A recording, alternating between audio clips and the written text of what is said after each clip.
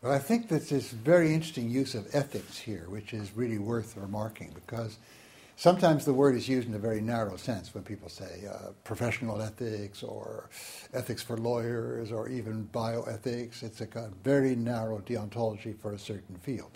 But I think very clearly what's being meant here by Dr. Ilamori, by the whole foundation, is finding a new way of living together in society as human beings. So it's something which goes much more to the very foundations of what ethics is about. It's not, as it were, reflecting narrowly on what kinds of rules we might have or not have, but trying to discover new ways of living together in a society, in a world, really, which is very, very diverse.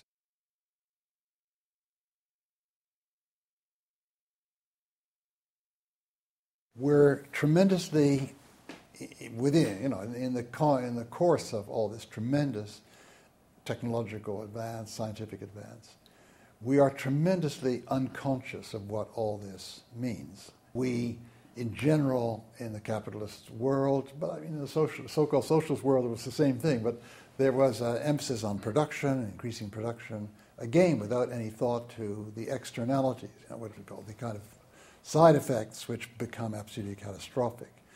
I mean, you can see this in China today, so it's not something particularly of capitalism, but they are just not thinking about very, very dangerous consequences for soil erosion and eventually feeding their people. So there's a kind of lack of, I'll use a Buddhist term, mindfulness. There's a kind of lack of mindfulness in general in our society, in seeing what we're doing.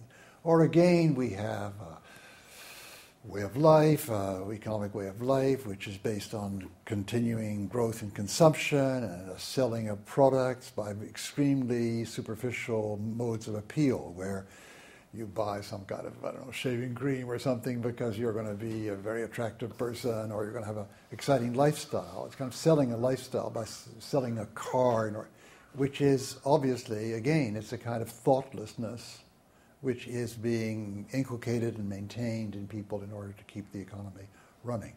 I mean, I pick up this point of, I don't know if it's the Buddhist practice that you see in Zen and so on, but certainly in other kinds of Buddhism, the term, I don't know what the word would be in Japanese. In English, we use this word mindfulness. That is, really being aware of what you are doing. You can go through a whole day just doing routine things, and you aren't even aware of the birds singing, or you aren't aware of what you're actually doing.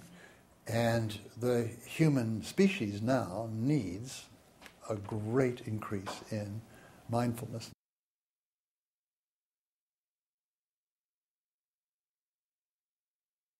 One of the things that really interests me and puzzles me and bothers me is the sources of what I call categorical violence. I mean, when people set out to kill whole categories of people, this is kind of like modern terrorism. It doesn't matter who they are. They don't have any relation to you. They're just a member of this enemy category. They're Americans or they're whatever. And you just set out to kill them. And you have a great sense of nobility and rightness in doing that. What is it that produces that in human beings? We had a so-called war on terror. And this was a very misconceived idea. I don't mean one shouldn't struggle against terror, but it's plain that only part of that struggle is military, because in the end you have to convince people that this is not the way to go. And to do that, you can't simply do it by means of war. So the struggle against terrorism is maybe 1/10 issues of war and defense, and it's 9/10 changing hearts and minds, reaching hearts and minds, right?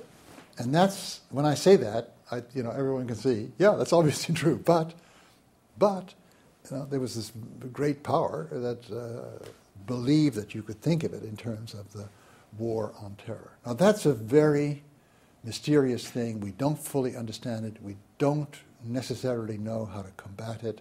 It blindsides us. It takes us over very often, so that even believing in the ideals of peace and so on, we can become cheerleaders for war. And that is something I would like to understand